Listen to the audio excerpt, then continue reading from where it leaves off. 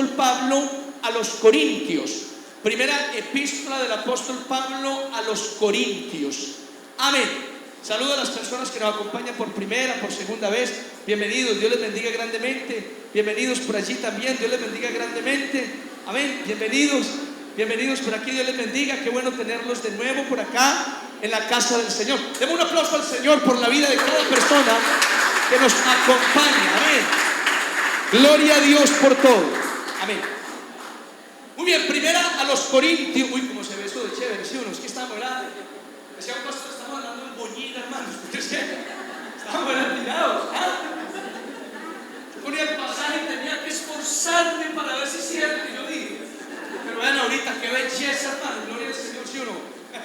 Muy bien, primera a los Corintios, capítulo 1, versículo 1 al 3. Miren lo que dice el apóstol Pablo a la iglesia de Corinto. Dice así: Pablo, llamado a ser apóstol de Jesucristo por la voluntad de Dios, y el hermano Sóstenes, a la iglesia de Dios que está en Corinto, a los santificados en Cristo Jesús, llamados a ser santos, con todos los que en cualquier lugar invocan el nombre de nuestro Señor Jesucristo, Señor de ellos y nuestro.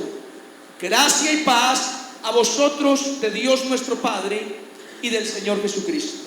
Amén. ¿Qué tal si hace conmigo esta oración? Di conmigo: Padre, gracias por la palabra. Yo la recibo esta noche creyendo que tu Espíritu Santo habla a mi vida de una manera especial. En el nombre de Cristo Jesús. Amén y amén. Muy bien, damas y caballeros. Oiga, a través de este pasaje quiero compartir una enseñanza que he llamado Dios no espera menos. Así se llama el mensaje de hoy. Se llama Dios no espera menos. Y yo quiero que usted mire a la persona que lo acompaña y le diga así con una seriedad especial. Dígale así, dígale: Dios no espera menos. Iglesia, hoy vengo a decirles: Dios no espera menos. Eso vengo a decirles esta noche. Dios no espera menos.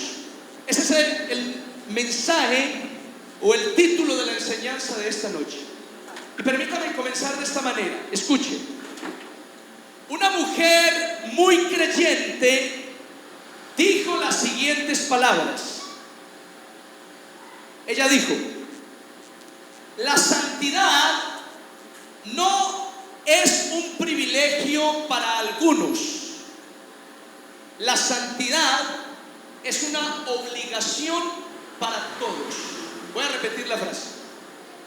La santidad no es un privilegio para algunos. La santidad es una obligación para todos. Dicho de otra manera, todos los creyentes de la iglesia del Señor tenemos que vivir en santidad. ¿Cuántos dicen amén a eso?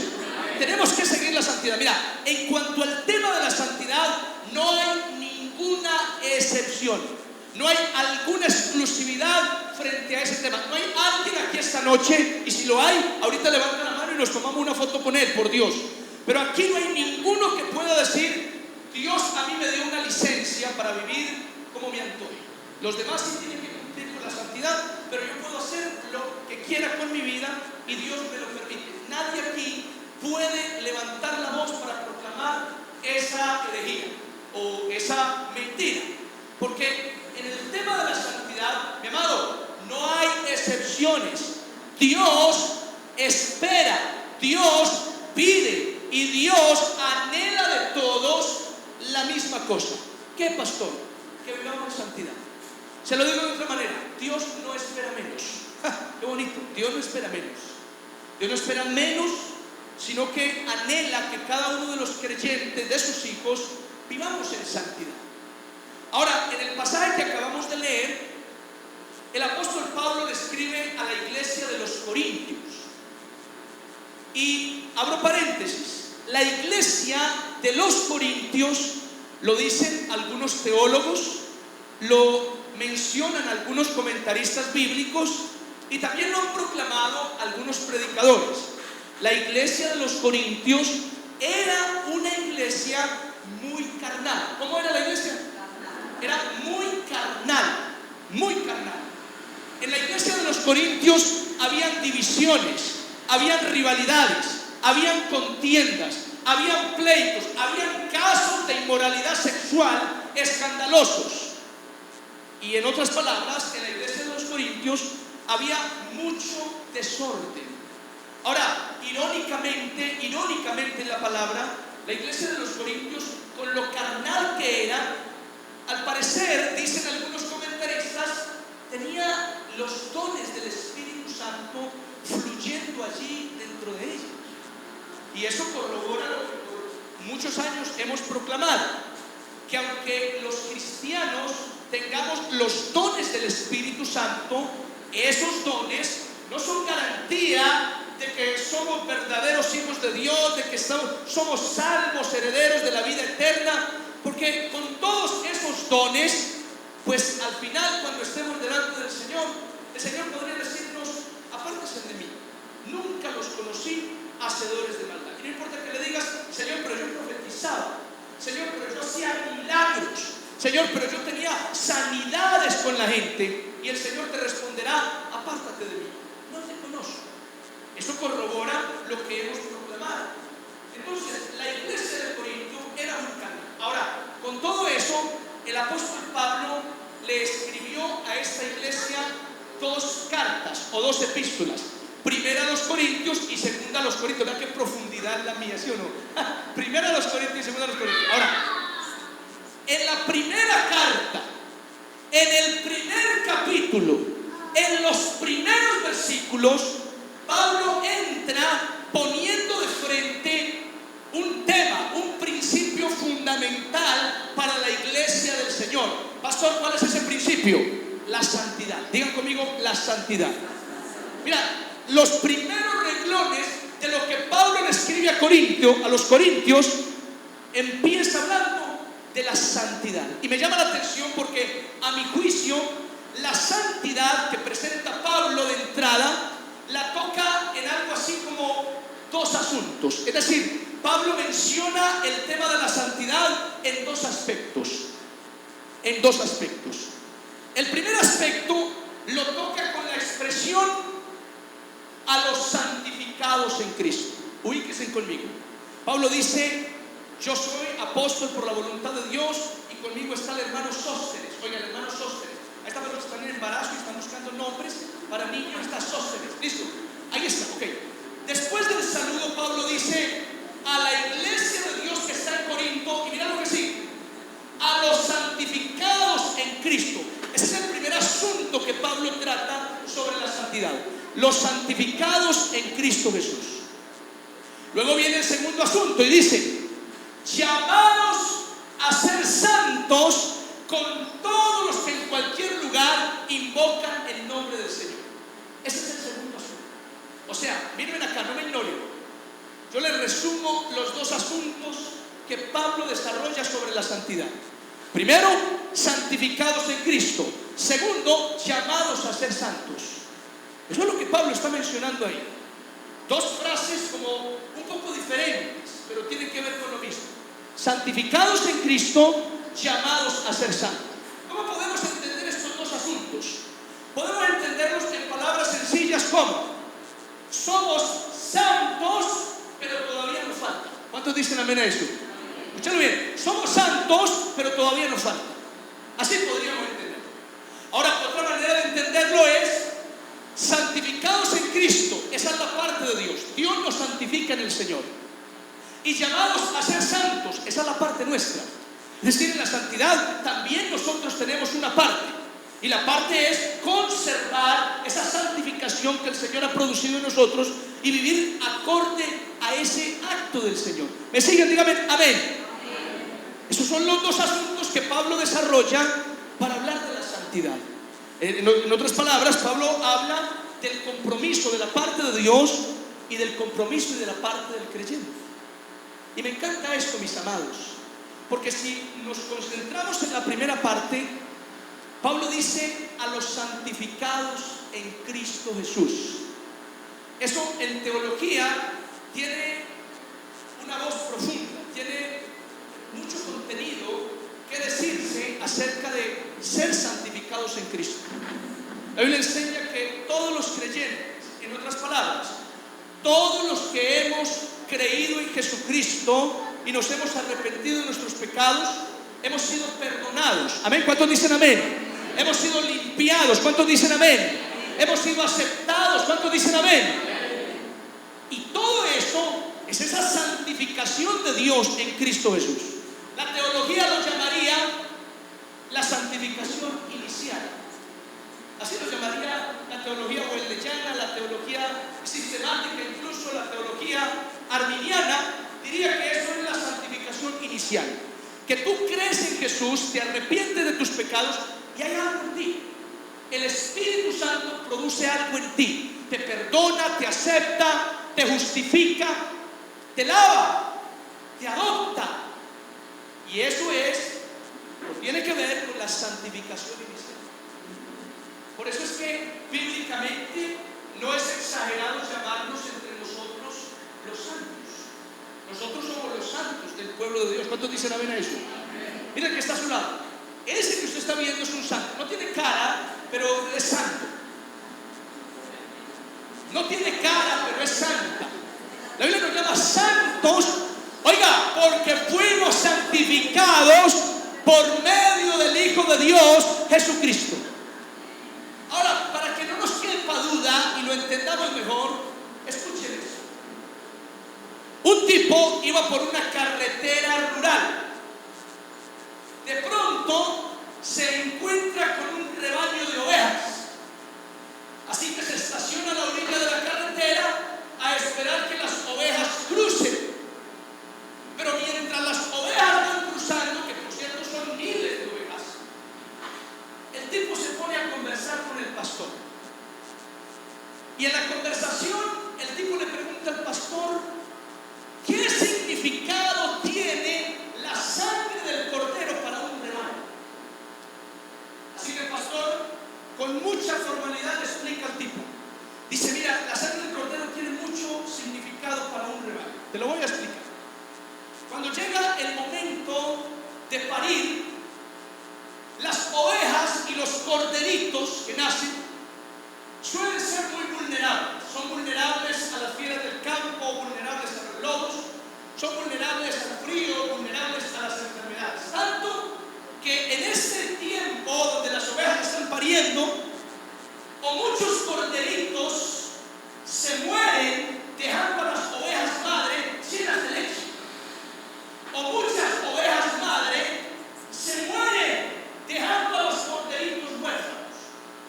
El problema es que un corderito huérfano no puede ser alimentado por una oveja llena de leche que perdió su cría, porque simplemente esa oveja lo va a rechazar. Así que el cordero tiende a morirse también, porque no hay una madre que quiera adoptarlo y alimentarlo. En eso, dice el pastor, entro yo y cojo uno de los corderitos muertos, le abro la garganta, derramo su sangre en un barril y esa sangre se la unto a uno de los corderitos huérfanos, de modo que la mamá oveja apenas siente la sangre de su cordero legítimo, de su hijo, entonces acepta ese cordero y lo adopta y lo amamanta y lo cría y lo cuida. Cuando el hombre escucha eso, ata cabos, como usted también está atando cabos ya en este momento. Decir que lo mismo ha hecho el Padre con nosotros.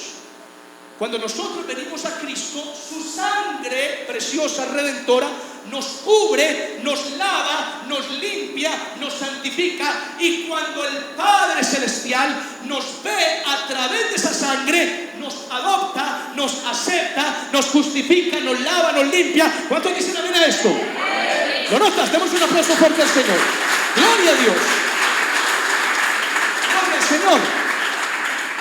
La sangre del cordero no es un asunto bíblico.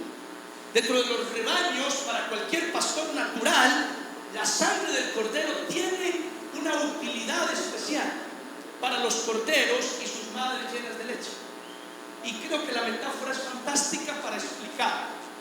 que cuando somos santificados por el Padre en Cristo Jesús, es que su sangre derramada en la cruz del Calvario nos roció a cada uno de nosotros, y en esa sangre el Padre nos acepta, el Padre nos justifica, el Padre nos adopta, el Padre nos perdona, el Padre nos ve como personas santas. ¿Cuántos dicen amén a eso? ¿Lo notas? Así que en verdad, mis amados, somos santificados en Cristo. Somos santificados en Cristo.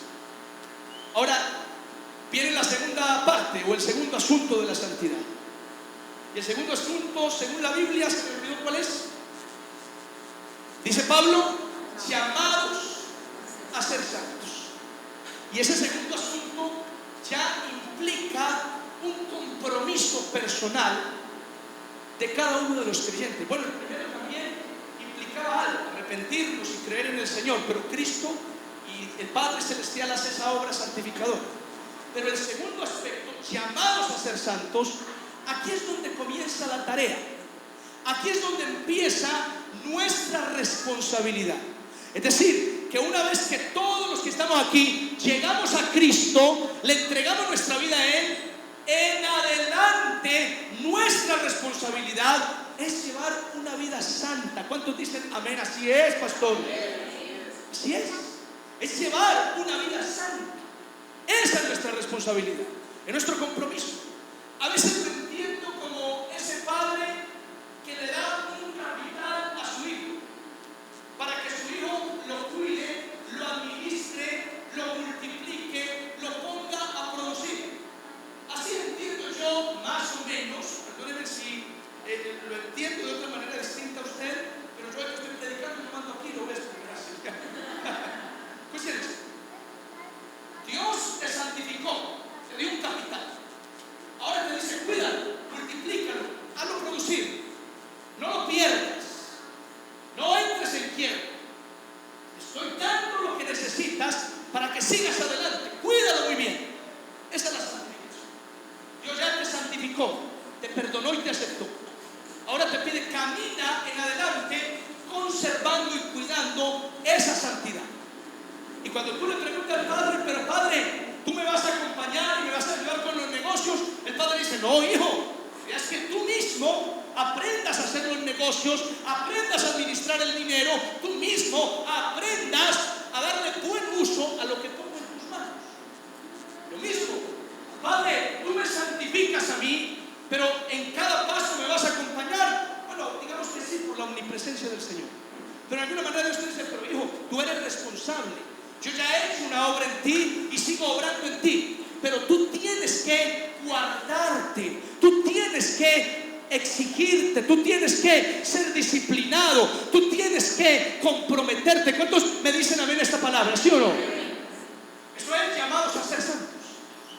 Ahora, el problema, mis amados, es que a mi criterio, en esta generación cada vez más libertina, cada vez más inmoral, cada vez más carnal, cada vez más ausente de Dios, el tema de la santidad es un tema de lo más patético que existe, Dios mío. Para mucha gente hoy hablar de la santidad es hablar de un asunto religioso y sectario.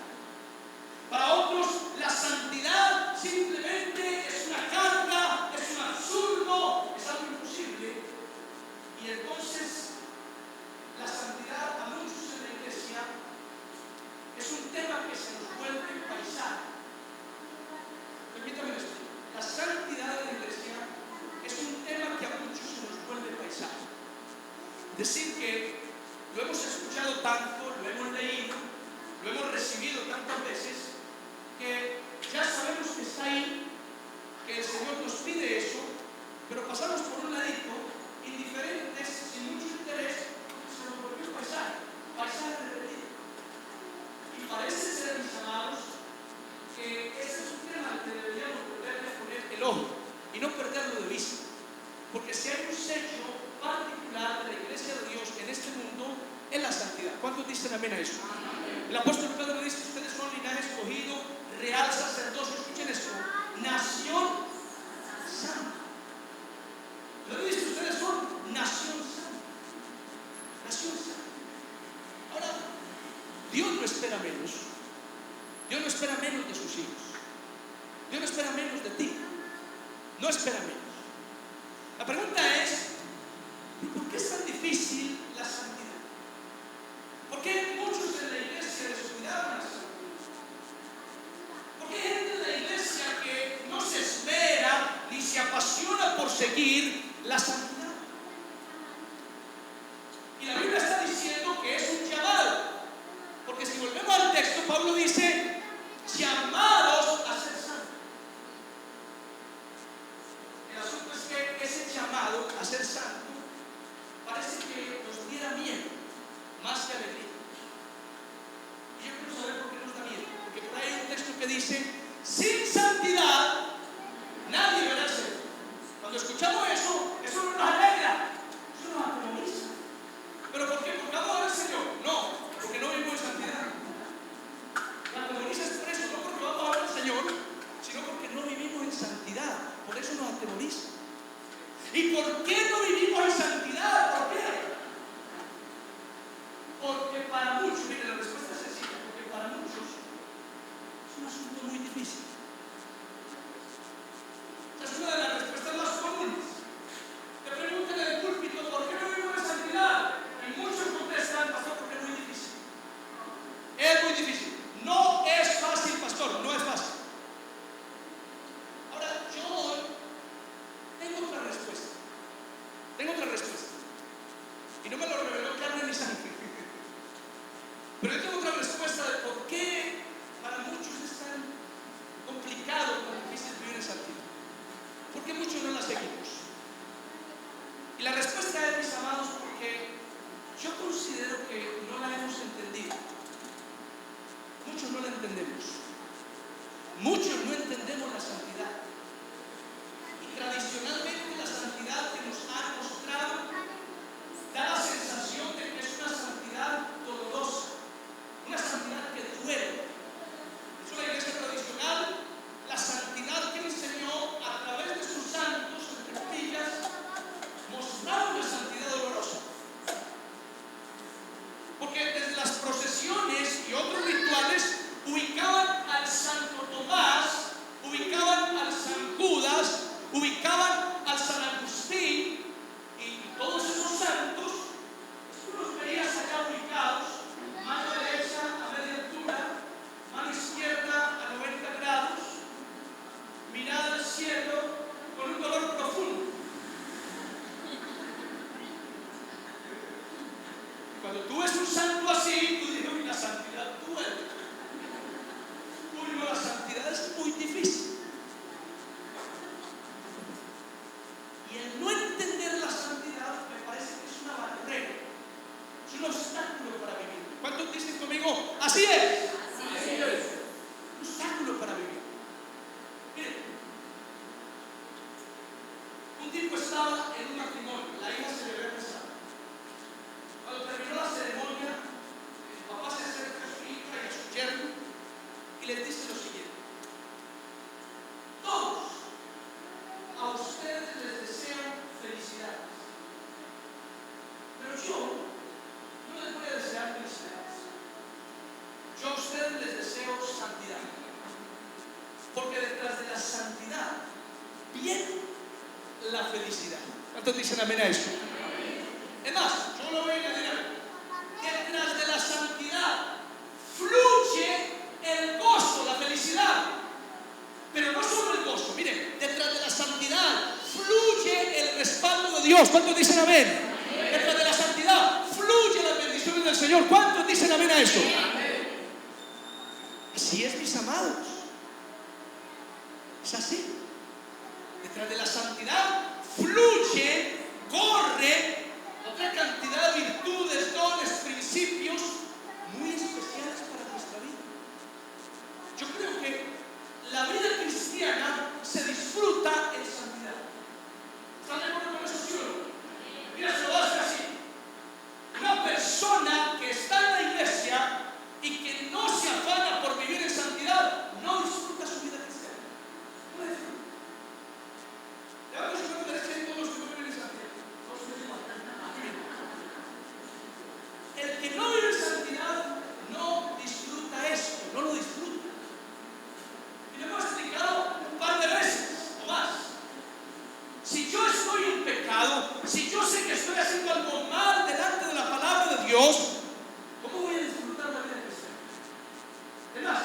ni la vida mundana la disfrutas. Porque cuando estás aquí adorando al Señor, hay una vocecita que te dice: hipócrita, como vives de mal, estás en pecado. ¿Qué levanta las manos? Hazlo levantando ahí. Te dice esa voz. Entonces tú la levantas, ¡eh! Cuando escuchas la voz, la vas a poner y dices: no disfrutas. Pero cuando acaso te vas allá al mundo y tiras una camioneta al aire y te ves a una discoteca y se disfrutar, hay otra vocecita allá que te dice: tú no perteneces aquí. ¿Por qué desperdicias tu vida de esa manera? Entonces tú estás allá bailando y voy a ver. Y hay algo que te detiene, que no es tú, porque te acusa, te atormenta. Y esa es la clara evidencia de que sin santidad no se disfruta la vida cristiana. ¿Cuántos dicen amén? Amén. Es como el niño que se fue de vacaciones a la casa de su abuela con su hermanito. El primer día salió al jardín y con su cauchera mató el pato favorito de la abuela. Así que asustado hizo un hueco, metió el pato, tapó y siguió su vida como si nada. Pero la hermanita lo pudo ver haciendo su pechuga. Cuando estaba en la mesa, la abuela le dice a la niña: hija, esta noche lavas todos los platos de la cocina. Pero ella responde: no, abuela, mi hermanito me dijo que él va a lavar todo lo de la cocina hoy.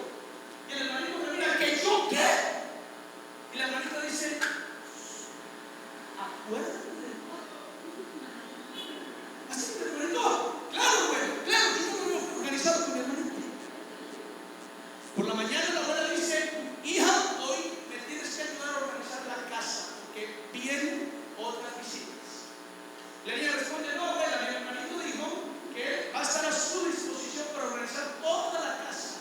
¿Cierto, hermanito? Hermanito, que yo. Acuérdate del pato. Y cuando hay un día de las vacaciones, la niña manipuló a su hermanito con la cuerda del pato. El niño achantado no tenía otra cosa más que obedecer el antojo de su hermano. Hasta que un día no aguantó más. Y con lágrimas en los ojos se acercó a la abuelita y dijo: abuelita, tengo algo que decir. La abuelita se siente y lo escucha. Y el niño dice: abuelita, yo maté su pato y lo enterré ahí mismo en el jardín. Perdóname. La abuela le responde: hijo, yo sabía que tú habías matado al pato. Es más, yo vi cuando lo mataste, pero me quedé silencioso para ver qué ibas a hacer con ese pecado. Vi que no lo confesaste, y por no confesarlo, tu hermanita que se enteró comenzó a manipularte y a hacerte sentir culpable. No te preocupes, yo te perdono por lo del pato, pero quiero que sepas que así hace Satanás con todos los hijos. Cuando ellos pecan, Satanás aprovecha la situación y comienza a acusarlos, a hacerlos sentir culpables, a manipularlos con ese pecado, de tal manera que esos hijos de Dios no pueden disfrutar el gozo de la vida que el Señor les ha dado. A menos que esos hijos confiesen su pecado y se reconcilien nuevamente con Dios, no podrán disfrutar la vida que el Señor les ha concedido. Amén. ¿Cuántos dicen amén a esto? Mis amados, evidentemente es así. Y de hecho esta noche aprovecho para decirle a cualquiera que me está escuchando aquí esta noche y que está mal con Dios, que viene practicando un pecado o que viene en una condición pecaminosa durante ya hace muchos años y no se ha podido reconciliar con Dios, escúcheme, le estoy hablando a usted, reconcíliese con Dios esta noche. Venga a los brazos del Señor, pídale perdón por su pecado, no deje que el diablo siga susurrando en el oído: acuérdate del pato. No permitas eso, porque Dios está dispuesto a perdonarte. Dios sabe lo que has cometido, Dios conoce los pecados que tú has hecho y no está para señalarte y acusarte esta noche, está para perdonarte y liberarte de esa culpa. ¿Cuántos lo reciben? Dígame amén. La santidad, mis amados, produce gozo. Pero ¿qué decir? La santidad santo de Dios. ¿Cuántos están de acuerdo con esto? En la Biblia hay muchos hombres que fueron grandemente respaldados, pero cuando tú ves la vida de esos hombres, eran hombres consagrados al Señor. Podríamos hablar de Moisés, podríamos hablar de José, podríamos hablar de Daniel, hombres santos, consagrados al Señor. Por ejemplo, de Daniel. ¿Cuántos han leído la historia de Daniel? Excelente, por esos tres que han leído la historia de Daniel. ¿Los demás qué pasó?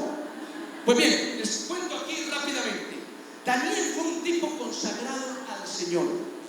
Dice la Biblia que él, estando en Babilonia, una nación o un imperio, para que lo entendamos mejor, corrompido, pero estando allá Daniel propuso en su corazón no contaminarse, honrar a Dios, consagrarse al Señor.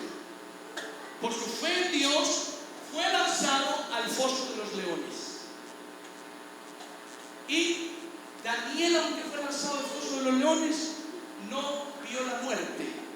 ¿Por qué? Porque Dios envió a sus ángeles a tapar la boca de los leones.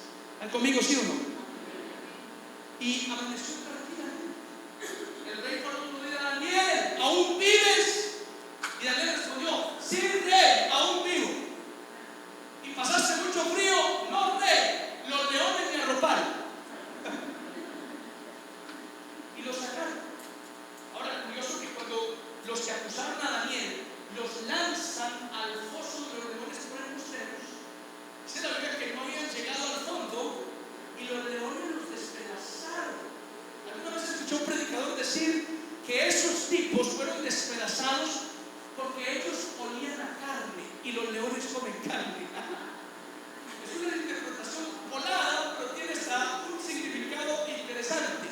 Es decir, que cuando nosotros somos pura carnalidad, pues el respaldo del Señor y el mover del Espíritu Santo en nuestras vidas no es evidente.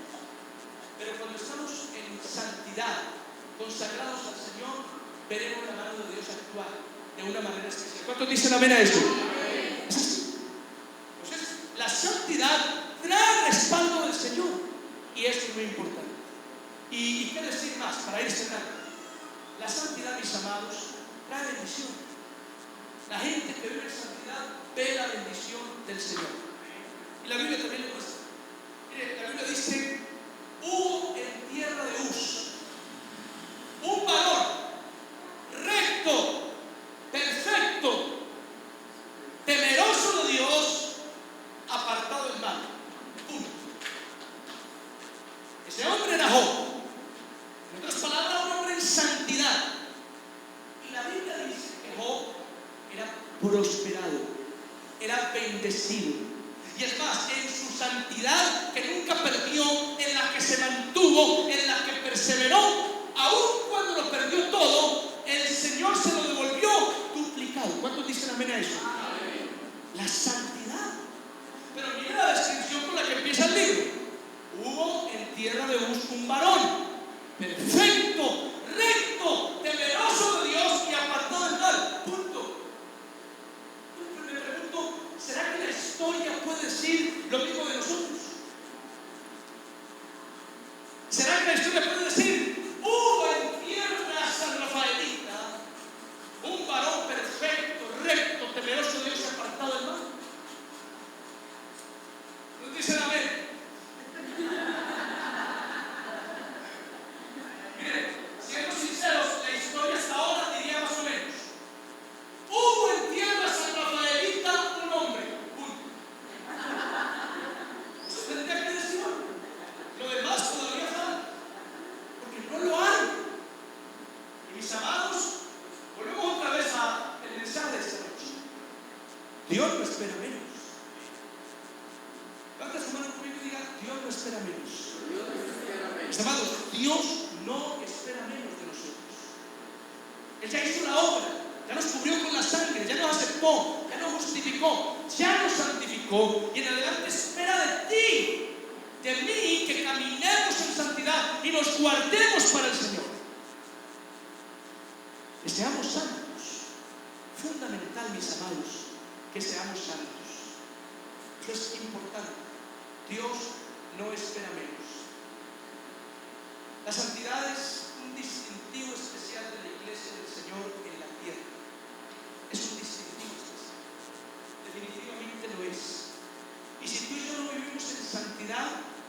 Pues de alguna manera, mis amados, nadie verá al Señor en nosotros. Ese versículo tiene una ambigüedad, pero me parece que es una ambigüedad especial. Sin santidad nadie verá al Señor. Aquí lo interpreta como: si tú no vives en santidad, no te encontrarás con el Señor. Eso es entendido. Pero hay otros que interpretan el versículo como de la siguiente manera: si tú no vives en santidad, nadie verá al Señor en ti. Nadie lo verá en ti. Que sin santidad nadie verá al Señor. Y si tú eres cristiano, cristiana, y no vives en santidad, nadie verá al Señor en tu vida. Cuando te observen, cuando te examinen, ven de todo menos a Cristo. Comentarios como: ¿qué? Si ese es cristiano, yo soy Jesucristo. Ese no es cristiano para nada. ¿Por qué? Porque nuestra conducta, nuestro comportamiento no son santos. Todavía en la iglesia hay gente que hace trampa. Todavía hay en la iglesia gente que en el trabajo roba. Todavía en la iglesia hay gente que en la familia se comporta mal. Todavía en la iglesia hay gente que dice mentiras. Todavía en la iglesia hay gente que parratea. Todavía en la iglesia hay gente que se emborracha. Y pastor, ¿cómo así? ¿Cuál es el problema? El problema es que son viejos en el evangelio. Están desde 1915 aquí en esas sillas. Y todavía con esas pendejadas del mundo. Todavía. Mis amados, dice Pablo que somos santificados en Cristo Jesús y llamados a ser santos. ¿Cuántos reciben esta palabra hoy? Y cuando yo escucho las palabras de Pablo, que soy santificado en Cristo Jesús y llamado a ser santo, de inmediato pienso: Dios no espera menos. Dios no espera menos. Él no espera menos. Él espera eso. Eso que nos ha pedido, la santidad. Termino con esto. Dijo un predicador lo siguiente: dijo, nunca es tarde para comenzar a ser santos. Nunca es tarde para comenzar a ser santos. Seguramente aquí hay gente que diría: yo anhelaría haber nacido en el evangelio para llevar una vida en orden y en santidad. Pero mira, nunca es tarde para comenzar a ser santos. Si no naciste en el evangelio, es más, si llevas tiempo en la iglesia y hasta ahora no te has consagrado al Señor, hoy sigue siendo una oportunidad para que tú y yo digamos al Señor: Señor, yo quiero consagrar mi vida a ti. Yo quiero ser una persona santa. En palabras de Santo Tomás, la santidad es hacer lo que Dios quiere, cuando Dios quiere, donde Dios quiere y como Dios quiere. Eso es santidad. Hagamos la voluntad del Señor en todo lugar, en todo tiempo, en cualquier circunstancia. Y eso es santidad. No es tarde para que comencemos a ser santos. En palabras de Salomón, es mejor perro vivo que león muerto. Tal vez tú no eres un león en el evangelio, una persona fortalecida, avivada. Hasta ahora has sido como un perro vivo ahí que sobrevive, tragándose su vómito, volviendo al pecado, escarbando allá en las cosas del mundo todavía. Pero mira, es mejor perro vivo que león muerto. Si hasta ahora solamente has sido espiritualmente como un perro, pues es mejor perro vivo que león muerto. Es mejor perro vivo que león muerto, dice Salomón en el Proverbio. Y aunque el perro vuelve a su vómito y así el necio vuelve a su necedad, si Salomón dijo que es mejor perro vivo, lo que quiere decir es que mientras haya vida, hay esperanza. ¿Cuántos dicen amén a eso? Si hasta el día de hoy he luchado con el pecado, y el pecado que abofetea cada mañana, si hasta el día de hoy hay personas aquí que me escuchan esta noche que han luchado por dejar la pornografía, pero por alguna razón vuelven a caer ahí, y el diablo los acusa y les susurra al oído: yo sé, cuidado con el pacto. Mira, hoy la oportunidad para que le diga: Señor, yo recibo esta palabra, yo la recibo. cierras tus ojos, inclinas tu rostro un momento, Padre. Te damos muchas gracias esta noche.